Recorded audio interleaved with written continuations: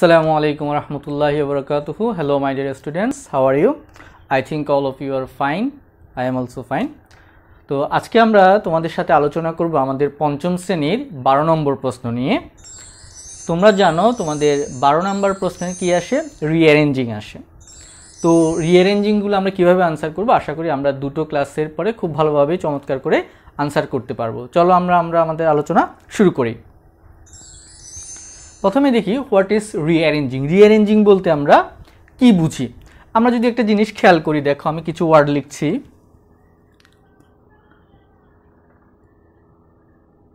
Love, country, we, much, very. খেয়াল করো আমরা এখানে বেশ কিছু শব্দ লিখলাম, লাভ, কান্ট্রি, উই, মাচ, ভেরি। তাহলে এই শব্দগুলি কিন্তু এলোমেলোভাবে আছে। এটাও একটা অর্ডার, এইটাও একটা অ্যারেঞ্জ, কিন্তু এই অ্যারেঞ্জটা কোনো সেন্স মেক করে না। তাহলে আমাদেরকে এগুলো, এই সেন্টেন্স, এই শব্দগুলোকে এমনভাবে অ্যারেঞ্জ করতে হবে যাতে একটা মিনিংফুল সেন্টেন্স গড়তে হয়। তাহলে দেখো তো আমরা যদি এটা সাজিয়ে লিখি, কি লিখতে পারি আমরা? সাবজেক্ট হচ্ছে উই, ভার্ব হচ্ছে লাভ, অবজেক্ট হচ্ছে আওয়ার কান্ট্রি, এখানে একটা আওয়ার যদি থাকে তাহলে উই লাভ আওয়ার কান্ট্রি। এরপর কি বলতে পারি আমরা? ভেরি আছে, মাছ আছে, একসাথে বললে ভেরি মাচ। সো এটা হচ্ছে একটা রিঅ্যারেঞ্জের পরে একটা meaningful sentence, we love our country very much. তো সেক্ষেত্রে খেয়াল করো এভাবে যে এলোমেলোভাবে কিছু শব্দ দেয়া থাকবে, আমাদেরকে সেই শব্দগুলোকে সাজিয়ে সুন্দর একটি মিনিংফুল সেন্টেন্স গঠন করতে হবে। এটাই হচ্ছে আমাদের আজকে ক্লাসের উদ্দেশ্য। তো আমরা দেখব যে আমরা কিভাবে কোন নিয়ম ফলো করে কি ধরনের বাক্যকে কি ধরনের বাক্যে সাজিলে সুন্দর হবে সেটা আমরা একটু দেখব এখন। এটা আমরা এখন দেখলাম। তো খেয়াল করো আমরা জানি সেন্টেন্স 5 প্রকার, তার মধ্যে তোমাদের রিঅ্যারেঞ্জে যেটা সবচেয়ে বেশি আসে সেটা হচ্ছে অ্যাসার্টিভ সেন্টেন্স। তো আমরা যখন সেন্টেন্সের আলোচনা করেছি সেখানে এই বিষয়ে ডিটেলস আলোচনা আছে। তো এখানে আমরা জাস্ট একটু ইঙ্গিত করব তোমাদের জন্য যাতে তোমাদের বুঝতে সুবিধা হয়। তো আমরা সবাই জানি অ্যাসার্টিভ সেন্টেন্স 2 প্রকার, একটা হচ্ছে অ্যাফার্মেটিভ আর একটা হচ্ছে নেগেটিভ। আমরা একটিমাত্র স্ট্রাকচারের সাহায্যে চেষ্টা করব যাতে আমরা সকল ধরনের অ্যাসার্টিভ সেন্টেন্স আনসার করতে পারি। তো শিক্ষার্থীরা তোমরা একটু ভালোভাবে স্ট্রাকচারটা বুঝার খেয়াল করো। দেখো শুরুতে আমরা কি লিখলাম? সাবজেক্ট, তারপর অক্সিলারি ভার্ব, তারপর যদি নেগেটিভ হয় নট, দেন মেইন ভার্ব, তারপরে অবজেক্ট। সবসময় যে এখানে সব কিছুই থাকবে এমন নাও হতে পারে। অনেক সময় দেখবে অক্সিলারি ভার্ব নেই, নেগেটিভ নেই, মেইন ভার্ব আছে, অবজেক্ট আছে, তখন স্ট্রাকচারটা কি হয়ে যাবে? Subject, verb, object. অনেক সময় দেখবো আমরা যেগুলো অ্যাফার্মেটিভ সেন্টেন্স, নেগেটিভ না, সেখানে সাবজেক্ট, অক্সিলারি ভার্ব, তারপরে মেইন ভার্বটা যে ফর্মে থাকা উচিত সেই ফর্মে থাকবে এবং সবশেষে কি হবে? অবজেক্ট হবে। চলো আমরা এগুলিকে একটু বিস্তারিত জানার চেষ্টা করি। শুরুতেই দেখো আমাদের স্ট্রাকচারের শুরুতে কি আছে? সাবজেক্ট। তাহলে সাবজেক্টটা কি? আমরা যখন সেন্টেন্সে আলোচনা করেছি তখন আমরা বলেছি সেন্টেন্সের দুটো অংশ থাকে, একটা হচ্ছে সাবজেক্ট আর একটা হচ্ছে প্রেডিকেট। সাবজেক্টটা কি? সেন্টেন্সে যাকে উদ্দেশ্য করে কিছু বলা হয় তাকে আমরা কি বলি? সাবজেক্ট বলি। আমরা একটা সেন্টেন্স লিখি,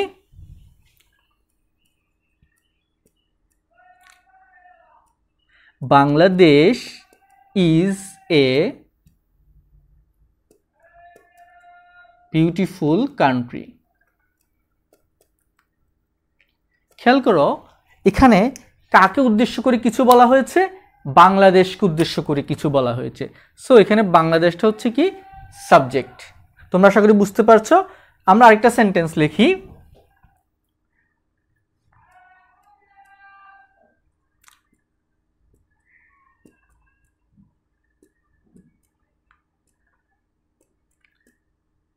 The river Kornofuli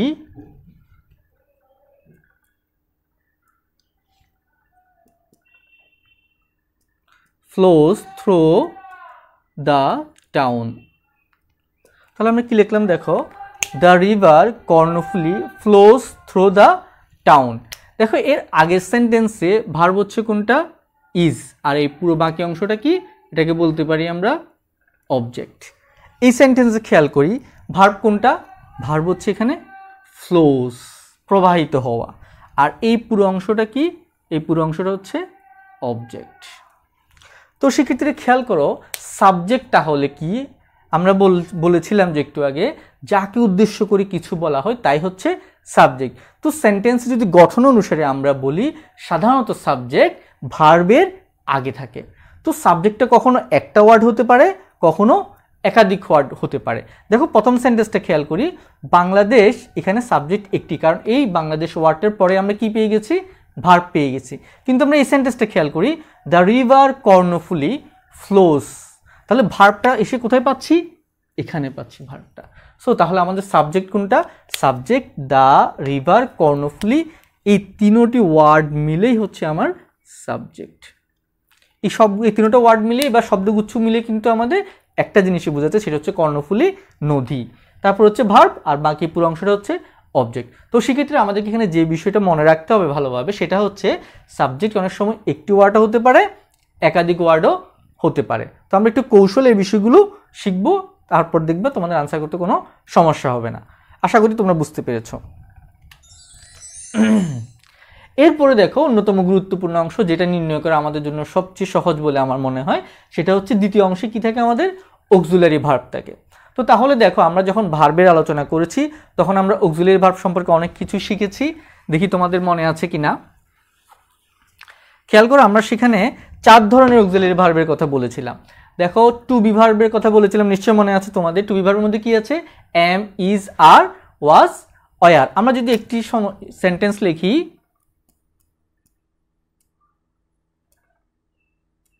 you are doing a great job, মনে করো তোমার কোনো বন্ধু কোনো একটি কাজ চমৎকারভাবে সম্পাদন করলো অথবা কোনো একটি কাজ অনেক ভালোভাবে করলো, তখন তুমি তাকে কংগ্রেচুলেশনস জানিয়ে বলতে পারো you are doing great job, তুমি অত্যন্ত ভালো কাজ করছো। সো খেয়াল করো এখানে আমরা একটু আগে বলেছি টু বি ভার্বের মধ্যে কি কি আছে? Am, is, are, was, were. তাহলে দেখো এখানে কি আছে? আর। এটা একটা কি ভার্ব? Auxiliary verb. তারপরে খেয়াল করো টু হ্যাভ ভার্বের মধ্যে কি আছে? হ্যাভ, হ্যাজ, হ্যাড আছে। সো আমরা এখানে লিখতে পারি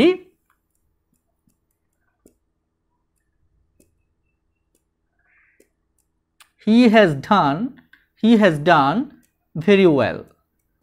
তো খেয়াল করো এখানে অক্সিলারি ভার্ব কোনটা? এই যেটা হচ্ছে এখানে অক্সিলারি ভার্ব। তারপরে খেয়াল করো টু ডু ভার্ব। তোমরা জানো টু ডু ভার্বের মধ্যে কি আছে?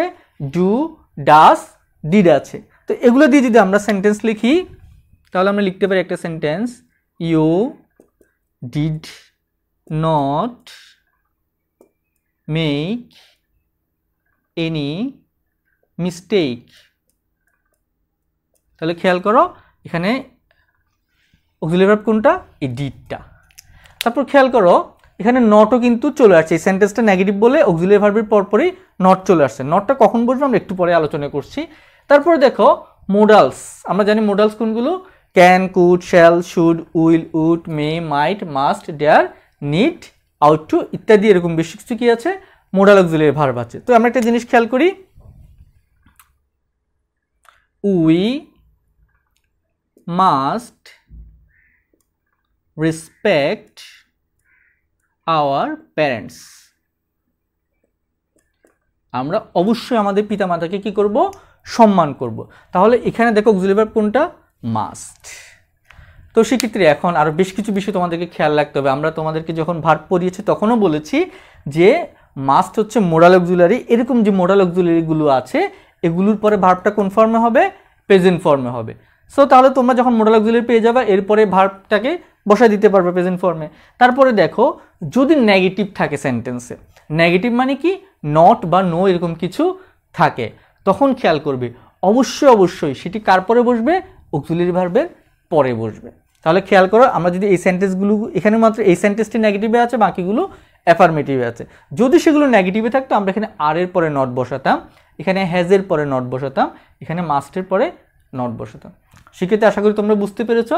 তাহলে দেখো আমাদের প্রথমে সাবজেক্ট নিয়ে আমরা আলোচনা করছি, এরপরে কি? Auxiliary verb. নেগেটিভ হলে এরপরে কি আসবে? নট আসবে।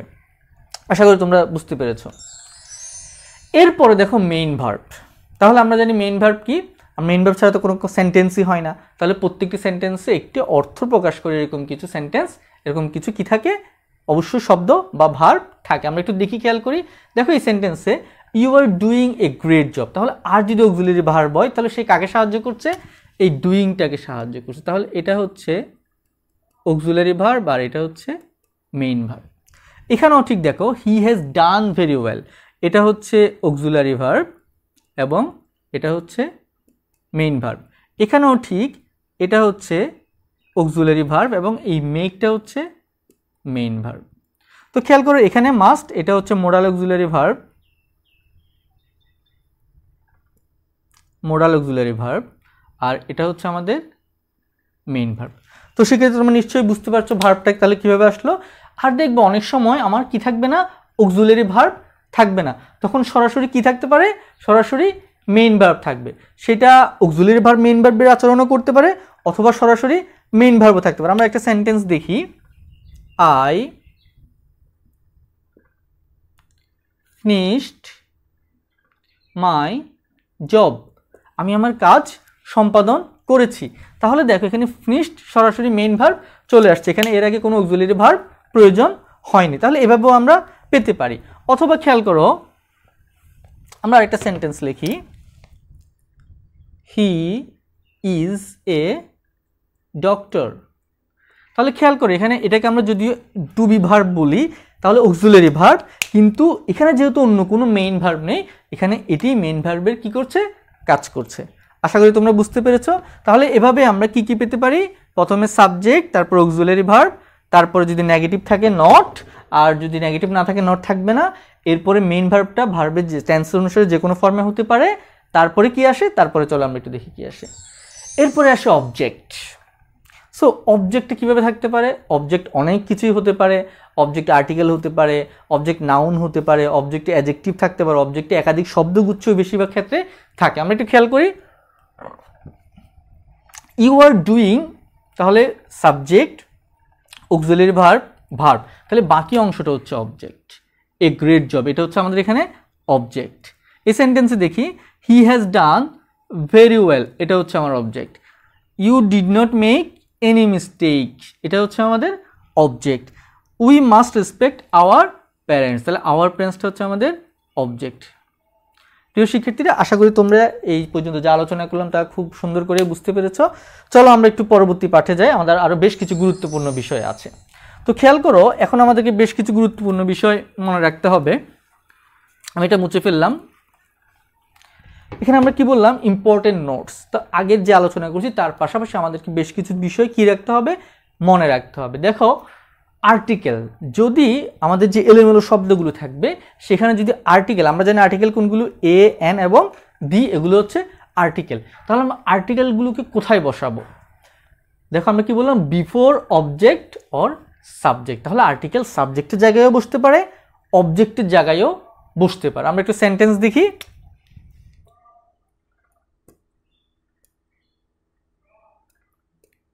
The hare slept for an hour, ঠিক আছে। আরেকটা সেন্টেন্স আমরা লিখতে পারি,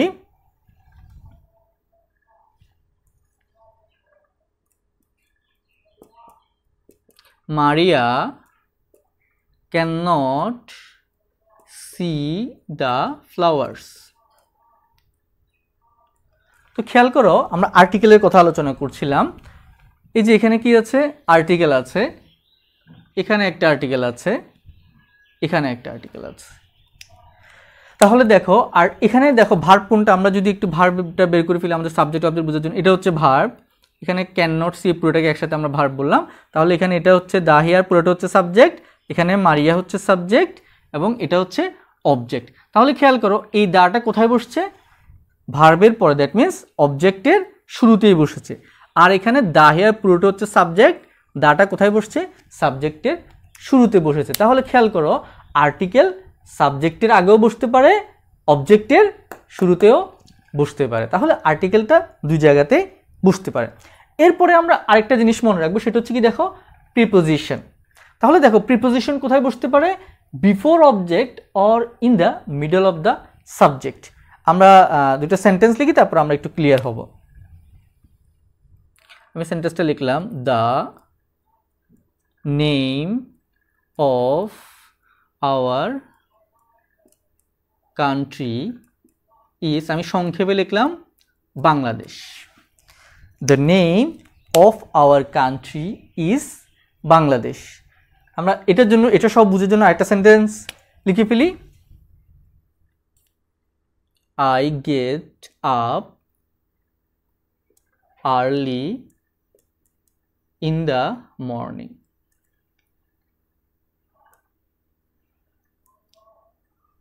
তাহলে কি লিখলাম আমরা? I get up early in the morning। তাহলে আমরা দেখো এখানে আমরা আর্টিকেল এবং প্রিপোজিশন কোথায় কোথায় আছে। এই যে দেখো অফ, এখানে একটা প্রিপোজিশন আছে, ইন এখানে একটা প্রিপোজিশন আছে, এই যে এখানে দা একটা আর্টিকেল আছে, এখানে দা একটা আর্টিকেল আছে। আমরা যদি একটু খেয়াল করি এখানেও একটা প্রিপোজিশন আছে। তাহলে আমরা নিয়মগুলো একটু আবার দেখে নেই। প্রিপোজিশন কোথায় কোথায় বসতে পারে? Before object or in the middle of the subject. তাহলে বিফোর অবজেক্ট দেখো তো, the hare slept for an hour, for এটা অবজেক্টের শুরুতে, তাহলে বিফোর অবজেক্ট বসেছে। তারপর এখানে দেখো the name of our country is Bangladesh, তাহলে ইজ হচ্ছে কি? ইজ হচ্ছে ভার্ব। তাহলে এই পুরো অংশটা হচ্ছে আমার subject, the name of our country. তাহলে এখানে অফ এটা একটা প্রিপোজিশন, প্রিপোজিশন কোথায় বসলো? মিডল অফ দ্য সাবজেক্ট, সাবজেক্টের মাঝখানে বসতে পারবে, সে সাবজেক্টের শুরুতে বসতে পারবে না। সাধারণত সাবজেক্টের একাধিক গুচ্ছ দিয়ে যদি সাবজেক্ট বোঝায় তখন সাবজেক্টের মাঝের খানের দিকে প্রিপোজিশনগুলো থাকতে পারে। ঠিক একইভাবে দেখো আমরা একটু আগে বলেছি সাবজেক্টের শুরুতে দেওয়া থাকতে পারে, যে সাবজেক্টের শুরুতে দেওয়া আছে। এরপরে দেখো লাস্ট কথাটা আমরা কি বলতে চেয়েছি এখানে, বোথ আর্টিকেল অ্যান্ড প্রিপোজিশন। কোন একটা সেন্টেন্সে যদি অবজেক্টের জায়গাতে আর্টিকেল এবং প্রিপোজিশন অথবা সাবজেক্টের জায়গাতে আর্টিকেল এবং প্রিপোজিশন একসাথে আসে, তখন দেখো অবজেক্টের জায়গা হলে তখন আগে প্রিপোজিশন বসবে দেন আর্টিকেল বসবে। কি বললাম? অবজেক্টের জায়গা হলে আগে প্রিপোজিশন বসবে দেন আর্টিকেল বসবে। খেয়াল করো, the hare slept for an hour, এই যেটা হচ্ছে প্রিপোজিশন আর এটা হচ্ছে আমার আর্টিকেল। তাহলে দেখো আগে প্রিপোজিশন বসলো তারপরে আর্টিকেল বসলো। তারপরে এখানে খেয়াল করো, I get up early in the morning, এই যে ইন হচ্ছে প্রিপোজিশন আর দি হচ্ছে আর্টিকেল। তাহলে আগে প্রিপোজিশন বসবে দেন আর্টিকেল বসবে। সেক্ষেত্রে আশা করি তোমরা এই গুরুত্বপূর্ণ কথাগুলো বুঝতে পেরেছো। এরপরে খেয়াল করো, আমরা একটু যদি একটু ডিফিকাল্ট লেভেলে চিন্তা করি, তাহলে হচ্ছে যদি কনজাংশন থাকে। কনজাংশন কি? যেটা একাধিক বাক্যকে কি করতে পারে? যুক্ত করতে পারে। আমরা এখানে বেশ কিছু সেন্টেন্স লিখে একটু খেয়াল করো, রাজা ওয়াজ অ্যাবসেন্ট বিকজ হি ওয়াজ ইল। তাহলে দেখো বিকজটা হচ্ছে এখানে কি? কনজাংশন। এটা কি করলো? এই পাশের এবং এই পাশের দুটো অংশকে যুক্ত করলো। তো তোমরা যদি আমরা একটু খেয়াল করো যে একটু আগে যে আমরা যে স্ট্রাকচারের কথা বলেছি, সাবজেক্ট ভার্ব অবজেক্ট, রাজা ওয়াজ অ্যাবসেন্ট, মাঝখানে কনজাংশন, আবার সাবজেক্ট ভার্ব অবজেক্ট। তো বুঝিয়ে ফেলেছো। তাহলে কি বললাম? সাধারণত সাবজেক্ট ভার্ব অবজেক্ট অর্থাৎ একটা অ্যাসার্টিভ সেন্টেন্স, মাঝখানে কি হতে পারে? কনজাংশন বসতে পারে, এরপরে আবার কি? Subject verb object. সেক্ষেত্রে সবসময় যে একদম হুবহু এরকম হবে সেটি নয়, বাট আমরা একটা জেনারেলি একটু সহজ করে চিন্তা করলে এভাবে অধিকাংশ সেন্টেন্স যদি কনজাংশন দিয়ে আসে তোমাদের লেভেলে, ক্লাস 5 লেভেলে তোমরা এভাবে পেতে পারো। আমরা আরও কিছু সেন্টেন্স দেখি। দেখো, তানিয়া ওয়াজ টায়ার্ড, সে অনেক বেশি কি ছিল? ক্লান্ত ছিল, but she didn't give up, কিন্তু সে হাল ছেড়ে দেয়নি। তাহলে এই দেখেন বারটা হচ্ছে কি এখানে? কনজাংশন। এর আগে দেখো subject verb object, subject verb negative সহকারে আছে অবজেক্ট। তারপরে দেখো, Mahi gets good result, Mahi ভালো ফলাফল করছে। কেন? অ্যাজ হি ওয়ার্কস হার্ড, যেহেতু সে কঠোর পরিশ্রম করে। এখানেও দেখো সাবজেক্ট ভার্ব অবজেক্ট, মাঝখানে S conjunction, subject verb object.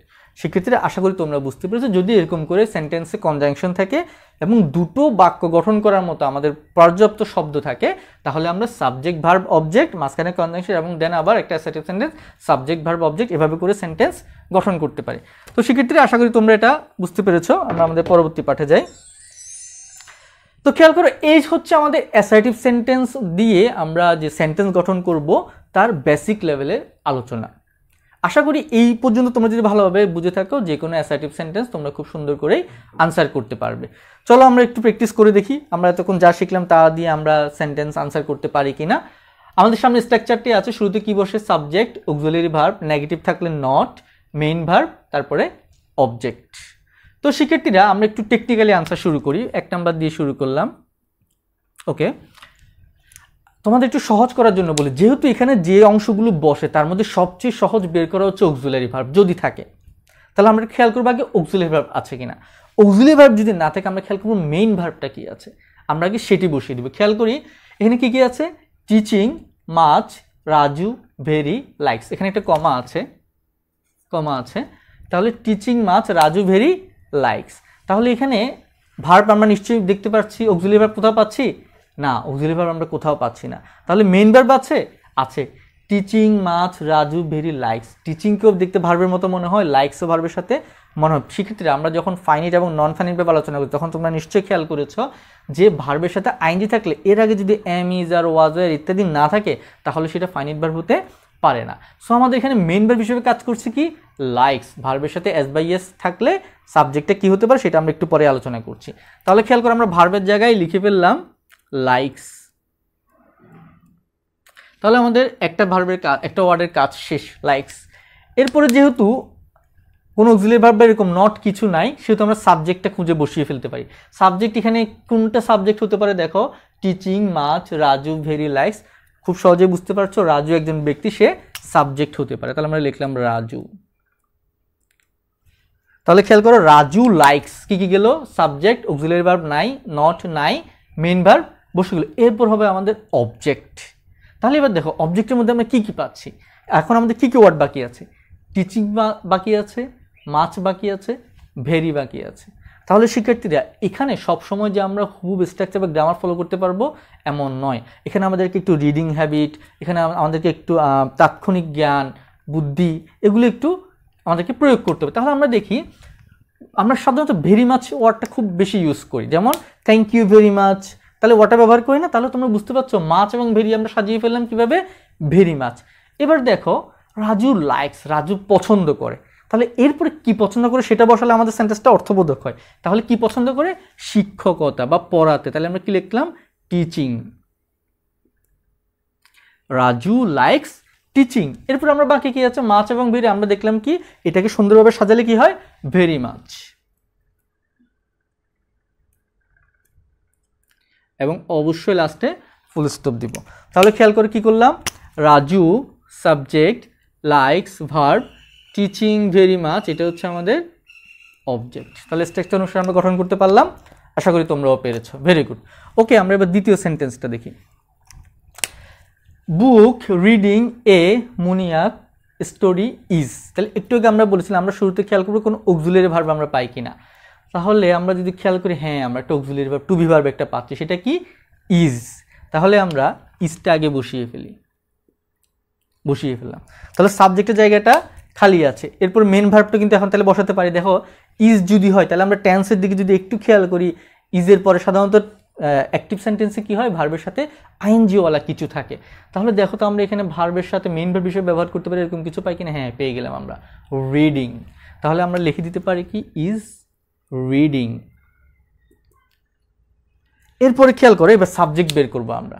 Subject হিসেবে এখানে কি হতে পারে? বুক হতেও পারে সাবজেক্ট, মুনিয়াত, স্টোরি। তাহলে সবচেয়ে বেশি অ্যাপ্রোপ্রিয়েট আমরা কি পাচ্ছি? একটা ব্যক্তি পাচ্ছি, একজনের নাম। মুনিয়াত একটি মেয়ের নাম। সো আমরা এখানে সাবজেক্ট হিসেবে সেটিকেই গ্রহণ করলাম। তাহলে মুনিয়াত ইজ রিডিং, মুনিয়াত পড়ছে। এরপর দেখো কি পড়ছে, এটার জন্য আমাদের কি কি ওয়ার্ড খালি আছে? বুক, স্টোরি, এ, আর্টিকেল। তাহলে আমরা জেনেছি আর্টিকেল আমরা কোথায় বসাতে পারি? সাবজেক্টে অথবা অবজেক্টের পূর্বে। তাহলে এখন আমার যেহেতু অবজেক্টের জায়গা শুরু হচ্ছে, তাহলে এখন আমরা কি আনবো? আগে আর্টিকেলটা নিয়ে আসবো, এ। এখন আমাদের কাছে দুটো ওয়ার্ড আছে, একটা হচ্ছে বুক আর একটা হচ্ছে স্টোরি। তাহলে খেয়াল করো তো, বুক স্টোরি, স্টোরি বুক, কোনটা অর্থবোধক হয়? আমরা বলি কি? গল্পের বই। তাহলে কি? Story book. এটা আমাদের জানতে হবে। সো তাহলে আমরা কি বললাম? Muniyat is reading a story book. তো এখানে তাহলে এটা কি? সাবজেক্ট, অক্সিলারি ভার্ব, এটা হচ্ছে মেইন ভার্ব, এটা হচ্ছে আর্টিকেল, তারপরে বাকি অংশ পুরোটাই হচ্ছে কি? এক্সটেনশন, বা আমরা সেটাকে কি বলতে পারি? অবজেক্টও বলতে পারি। আশা করি শিক্ষিত আমরা বুঝতে পেরেছি। আমরা এরপর সেন্টেন্সে যাই। আমরা আগে ভার্ব শব্দগুলো দেখি। Should, lie, tell, not, you. তাহলে এখানে কোনো অক্সিলারি ভার্ব পাচ্ছি? খুব সহজে একদম প্রথমেই আছে শুড, আমরা লিখে ফেলি শুড। এরপর দেখো স্ট্রাকচারে আমরা বলেছি যদি কোনো নট বা এরকম না বোধক কিছু, সেটা কি হবে? অক্সিলারি ভার্বের পরপরই বসবে, আমরা লিখে ফেললাম নট। এরপর হচ্ছে মেইন ভার্ব। তাহলে এখানে ভার্ব হিসেবে কি হতে পারে? আর টেল আছে, লাই আছে। তাহলে টেল বলাটাকে আমরা বেশি অ্যাপ্রোপ্রিয়েট মনে করছি এখানে, তাহলে টেল। তাহলে আমরা 3টে ওয়ার্ড পেয়ে গেলাম। তাহলে সাবজেক্টও আমরা পেয়ে যাই কিনা দেখি। তাহলে ওয়ার্ড হিসেবে বাকি আছে আর কি লাই, এখানে ইউ। তাহলে অবশ্যই ইউটা সাবজেক্ট, তোমরা বুঝতেই পারছো। এবার দেখি তাহলে ইউ শুড নট টেল। এরপরে দেখো এখানে কি আছে? লাই আছে। খেয়াল করো এখানে যদি আরেকটা ওয়ার্ড থাকতো এ, মনে করো এখানে একটি কি আছে? এ আছে। শুড, লাই, টেল, নট, এ আছে। তাহলে আমার কাছে যদি এখন এ এবং লাই এই দুটো ওয়ার্ড বাকি থাকে, তাহলে খেয়াল করো আমরা একটু আগে বলেছি যে আমরা অবজেক্টে যদি সম্ভব হয় তাহলে সেখানে আর্টিকেলকে আগে বসাবো। তাহলে আমরা কি লিখতে পারি? ভার্বের পরে এখন অবজেক্টের জায়গায় শুরু, এখানে এ আগে, তারপরে লাই। ইউ শুড নট টেল এ লাই। তোমার মিথ্যা বলা উচিত নয়। মনে করি আমরা এখানে একটু কি আছে? একটা এ আছে মনে করি। তাহলে কি হলো? ইউ শুড নট টেল এ লাই। এখানে ইউটা কি? সাবজেক্ট, শুডটা হচ্ছে কি? মোডাল অক্সিলারি ভার্ব, নটটা হচ্ছে নেগেটিভের নট, টেল হচ্ছে আমার মেইন ভার্ব, এলাই এ হচ্ছে আর্টিকেল এবং লাই হচ্ছে এক্সটেনশন ধরি আমরা এখানে এক্সটেনশন। তো সেক্ষেত্রে দেখো আমরা একটা স্ট্রাকচারকে ফলো করে অ্যাসার্টিভ সেন্টেন্সের সবগুলোকে কিন্তু আলোচনা করতে পারবো। আমরা আরও কিছু সেন্টেন্স দেখি। আমরা এগুলো মুছে ফেলি, আশা করি তোমরা লিখে ফেলতে পেরেছো। এরপরে খেয়াল করো, the yesterday met book store him at I. তাহলে শুরুতে আমরা বলেছিলাম আমরা অক্সিলারি ভার্ব আছে কিনা দেখি। তাহলে দেখি দা, এখানে কোনো অক্সিলারি ভার্ব আমরা পাচ্ছি না। তাহলে মেইন ভার্বটা কোথায় আছে খেয়াল করি। এখানে ভার্ব আছে শুধুমাত্র একটি, সেটা হচ্ছে ম্যাট। তাহলে আমরা 4 নাম্বার দিলাম, ভার্বের জায়গাটা লিখে ফেলি আমরা ম্যাট। তাহলে ভার্ব যেহেতু লিখে ফেললাম, এবার আমরা সাবজেক্ট হিসেবে কি বসাতে পারি দেখো। The yesterday met book store him, him তো সাবজেক্টের রূপে নাই, অবজেক্টের রূপে আছে এট আই। তাহলে খুব সহজে আমরা বুঝতে পারছি কি আছে? আই সাবজেক্ট ফর্মে আছে, আই লিখলাম আমরা। এরপর খেয়াল করো, আই মেট, আমি সাক্ষাৎ করেছি। তাহলে কার সাথে করেছি এরকম কিছু পাচ্ছি? এরকম পাচ্ছি, ইয়েস, হিম পাচ্ছি। আই মেট হিম, আমি তার সাথে সাক্ষাৎ করেছি বা দেখা করেছি। তাহলে দেখো আমাদের কি কি শেষ? সাবজেক্ট শেষ, ভার্ব শেষ, অবজেক্টের একটা অংশ আমরা পেয়ে গিয়েছি। তাহলে অবজেক্টের জায়গায় বসাতে পারি এরকম আর কি কি আছে খেয়াল করো। আমরা এখানে পাচ্ছি দা বাকি আছে আমাদের, তারপরে আছে ইয়েস্টারডে বাকি আছে, তারপরে কি বাকি আছে? বুক স্টোর বাকি আছে, এবং কি বাকি আছে? অ্যাড বাকি আছে। তো সেক্ষেত্রে আমরা যখন অ্যাডভার্বের আলোচনা করেছি, আবার বলছি আমরা যখন অ্যাডভার্বের আলোচনা করি তখন তোমাদেরকে এমপিটি একটি কথা বলেছিলাম, মনে আছে কিনা একটু খেয়াল করে দেখো। এমপিটি বেস রুলস বলেছিলাম, ম্যানার, প্লেস, টাইম। যখন একাধিক অ্যাডভার্ব একসাথে থাকবে তখন তাদের অর্ডারটা কি হবে? যদি ম্যানার থাকে, অর্থাৎ কাজটা কিভাবে হয়েছে সেটা থাকে, তাহলে ম্যানারটা আগে বসবে, দেন পি দিয়ে আমরা কি বলেছি? প্লেস, এবং সবার শেষে কি বসবে? টাইম বসবে। তাহলে খেয়াল করো আমরা এখানে সময়বোধক কিছু পাচ্ছি, ইয়েস্টারডে, তাহলে এটা হচ্ছে সময় বোঝাচ্ছে। এটা কি বোঝাচ্ছে? টাইম। তাহলে এটা ম্যানার, প্লেস, টাইম, তাহলে এটা সবার শেষে বসবে। এরপর দেখো তাহলে প্লেস পাচ্ছি কোথাও? হ্যাঁ, আমরা এখানে একটা প্লেস পাচ্ছি, কোথায়? Book store. আবার দেখো এখানে দা হচ্ছে একটা আর্টিকেল, এট হচ্ছে একটা প্রিপোজিশন। দা এটা কি? আর্টিকেল, আর এট হচ্ছে প্রিপোজিশন। তাহলে অবজেক্টের মধ্যে যদি একই সাথে আর্টিকেল এবং প্রিপোজিশন আসে, আমরা একটু আগে শিখেছি, তাহলে আগে কি বসবে? আগে প্রিপোজিশন বসবে, দেন আর্টিকেল বসবে। তাহলে আমরা কি বলবো? I met him at the book store. Very good, তোমরা আশা করি বুঝতে পেরেছো। I met him at the book store. এরপর আমাদের একটা ওয়ার্ড বাকি আছে, এখন সময়টা আমরা সবার লাস্টে লিখবো, ইয়েস্টারডে। দেখো অনেক বেশি শব্দ দেখে ঘাবড়ানোর কিছু নেই, আমরা যদি একটু চেষ্টা করি নিয়ম মতো আগাই খুব সহজেই করে ফেলতে পারবো। তাহলে দেখো শুরুতে আমরা কি বসালাম, subject then verb, subject then verb অবজেক্টের একটা অংশ। এরপর আমরা দেখলাম আমাদের কাছে প্রিপোজিশন আছে, আর্টিকেল আছে, যেহেতু আমরা জানি আগে প্রিপোজিশন বসে দেন আর্টিকেল বসলো। এরপরে প্লেস, তাহলে আমরা দুটো ওয়ার্ড পাচ্ছি, একটা হচ্ছে বুকস্টার, একটা হচ্ছে ইয়েস্টারডে। তাহলে আমরা এমপিটি বেস নিয়ম অনুসারে জানি, অ্যাডভার্বের সিকোয়েন্স অনুসারে জানি, ম্যানার থাকলে আগে ম্যানার, তারপরে প্লেস এবং তারপরে সময় বসে। তাহলে এখানে অ্যাট দ্য বুকস্টার হচ্ছে প্লেস, ইয়েস্টারডে হচ্ছে সময়। তাহলে কি বসলো, আগে অ্যাট দ্য বুকস্টার, প্লেস বসলো এবং সবশেষে সময় বসলো। তো সেক্ষেত্রে আমি এই জিনিসগুলো মুছে ফেলতেছি তোমরা যাতে মূল সেন্টেন্সটা ভালোভাবে দেখতে পারো। সেন্টেন্সটা মুছে ফেললাম। তাহলে এবার দেখো আবার ভালো করে, I met him at the bookstore, preposition, article, এটা হচ্ছে টাইম, এটা হচ্ছে প্লেস ধরলাম এটাকে। সেক্ষেত্রে আশা করি তোমরা বুঝতে পেরেছো। আমরা পরবর্তী সেন্টেন্সটা আলোচনা করি। A fruits should you eat and lot of vegetables. তো সেক্ষেত্রে আমরা ঠিক আগের নিয়ম, আগে অক্সিলারি ভার্ব আছে কিনা দেখি।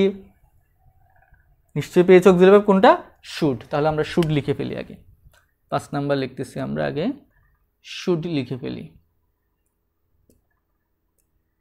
লিখে ফেললাম শুড।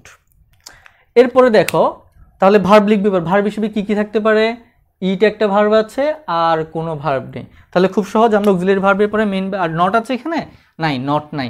সো আমরা শুডের পরে মেইন ভার্বটা বসিয়ে দিলাম ইট, অক্সিলারি ভার্ব বসালাম, এরপরে ভার্ব বসালাম মেইন ভার্ব। এবার আমরা সাবজেক্টটা বসিয়ে দিই। সাবজেক্ট হিসেবে বসতে পারে এরকম কি কি আছে দেখো তো, ইউই আছে একমাত্র যে সুন্দর ভালোভাবে একটি সাবজেক্ট হতে পারে। তাহলে আমরা লিখে ফেলি ইউ, ইউ শুড ইট। তাহলে মোটামুটি আমাদের বেশ কিছু শব্দ কমে গেল, আমাদের ইউ চলে গেল, শুড চলে গেল, ইট চলে গেল। এখন দেখো আমাদের কি কি আছে, এ আছে, ফ্রুটস আছে, অ্যান্ড আছে, লট আছে, অফ আছে, ভেজিটেবলস আছে। তাহলে আমরা একটু যদি ওয়ার্ডগুলো লিখি, এ ফ্রুটস,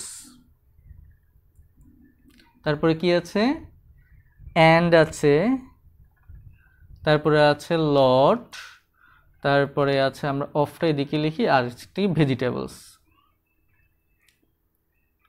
শিক্ষার্থীরা একটু খেয়াল করবে, আমরা যে সবসময় ধরা বাঁধা নিয়মে সব কিছু করতে পারবো এমন না, আমাদেরকে চোখ কান খোলা রাখতে হবে, ইংরেজিতে পড়ার অভ্যাস অনেক বেশি বাড়াতে হবে, যাতে আমরা ফ্রেজ, শব্দগুচ্ছ, এগুলো কমন শব্দগুচ্ছগুলো আমরা খুব সহজেই বুঝে নিতে পারি। তাহলে দেখো আমার কাছে যে ওখানে শব্দ, বেশ কিছু শব্দ আছে, যেমন দেখো, a lot of fruits, vegetables and. তোমরা কিছু বুঝতে পেরেছো? নিশ্চয়ই বুঝতে পেরেছো। আমরা এখানে একটা ফ্রেজ পেয়ে গেছি, সেটা কি, এ লট অফ, যার অর্থ হচ্ছে কি, প্রচুর। তাহলে শুধুমাত্র এ, শুধুমাত্র লট, শুধুমাত্র অফ দিয়েও মিলিয়ে নেই, এটা কিন্তু তিনোটা মিলিয়ে, অর্থাৎ এ লট অফ, এই পুরোটার অর্থ কি, পুরোটা হচ্ছে প্রচুর। তো তাহলে আমরা এ লট অফকে আমাদের কিভাবে বসাতে হবে, একসাথেই বসাতে হবে।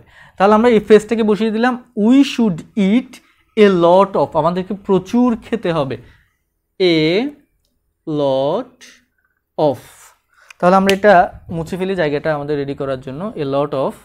কী খেতে হবে, এরপর দেখো আমাদের কী কী ওয়ার্ড আছে এখন, ফ্রুটস আছে, ভেজিটেবল আছে, অ্যান্ড আছে। তাহলে এখানে ফ্রুটস মানে ফলমূল, ভেজিটেবলস মানে শাকসবজি। তাহলে আমরা এখানে কোনটাকে আগে দিব, কোনটাকে পরে দিব, যে কোনোটাকে আগে দিতে পারি, যে কোনোটাকে পরে দিতে পারি। এখানে সেন্টেন্সের অর্থে খুব বেশি তারতম্য হবে না, অর্থ মোটামুটি অর্থবোধকই থাকবে। অর্থাৎ আমরা যদি ফ্রুটস অ্যান্ড ভেজিটেবলস বলি তাও হবে, আমরা যদি ভেজিটেবলস অ্যান্ড ফ্রুটস বলি তাও হবে, কোনো সমস্যা নেই। তাহলে আমি কি লিখলাম, আমি মনে করো ফ্রুটস অ্যান্ড ভেজিটেবলসই লিখি, অ্যান্ডটা দিক দিয়ে লিখে দিই। তাহলে কি হলো, we should eat A lot of fruits and vegetables. তো সেক্ষেত্রে আবার বলছি, এখানে আমরা যদি ভেজিটেবলস অ্যান্ড ফ্রুটসও লিখি তাও কারেক্ট হবে। তাহলে আবার খেয়াল করি, প্রথমে subject, auxiliary verb, main verb, শব্দগুচ্ছ পেলাম, একটা ফ্রেজ পেলাম, একটা এ লট অফ, সেটা বসালাম। এরপরে যে ওয়ার্ডগুলো আছে সেগুলোকে অ্যারেঞ্জ করে দেখলাম, এটাই হচ্ছে বেস্ট অর্থবোধক মানে সাজানো, ফ্রুটস অ্যান্ড ভেজিটেবলস। তাহলে আমরা সেটাও লিখে দিলাম। তো সেক্ষেত্রে আমরা এভাবে কি করতে পারি, যে কোনো অ্যাসার্টিভ সেন্টেন্সকে সাজিয়ে সুন্দর করে লিখতে পারি। তো সেক্ষেত্রে আমাদের বেসিক আলোচনা এবং তোমাদেরকে বোঝানোর কাজ শেষ। এবার তোমাদের কাজ, তোমাদের জন্য বেশ কিছু আমরা হোমওয়ার্ক রেখেছি। খেয়াল করো, এখানে rearrange the words in appropriate order to make a meaningful sentence. এখানে 4টি সেন্টেন্স আছে, আশা করি তোমরা দেখতে পাচ্ছ। এরপর দেখো এই পৃষ্ঠায় আরও 6টি, মোট 10টি সেন্টেন্স আছে, এগুলো তোমাদের জন্য হোমওয়ার্ক থাকবে। তো শিক্ষার্থীরা, আশা করি আজকে ক্লাস যদি তোমরা মনোযোগ দিয়ে শুনো তাহলে অ্যাসার্টিভ সেন্টেন্সে যে ধরনের আমাদের পরীক্ষাতে আসে অথবা যে কোনো স্বাভাবিকভাবে আমাদের বাস্তবিক জীবনে চলার জন্য যদি আমাদেরকে কখনো এরকম বাক্যের প্রয়োগ করতে হয়, অর্থাৎ কোনো এলোমেলো শব্দগুলোকে আমাদেরকে গুচ্ছ হিসাবে সাজিয়ে একটা সুন্দর সেন্টেন্স গঠন করতে হয়, তাহলে আজকে আলোচনা তোমাদেরকে অনেক বেশি কাজে দিবে। তো তোমরা এগুলো ভালোভাবে প্র্যাকটিস করবে, হোমওয়ার্কগুলো করবে। তোমাদেরকে আগামী ক্লাস দেখার আমন্ত্রণ জানিয়ে আজকে ক্লাস আমরা এখানে শেষ করছি। আসসালামু আলাইকুম রহমতুল্লাহি ওয়া বারাকাতুহু।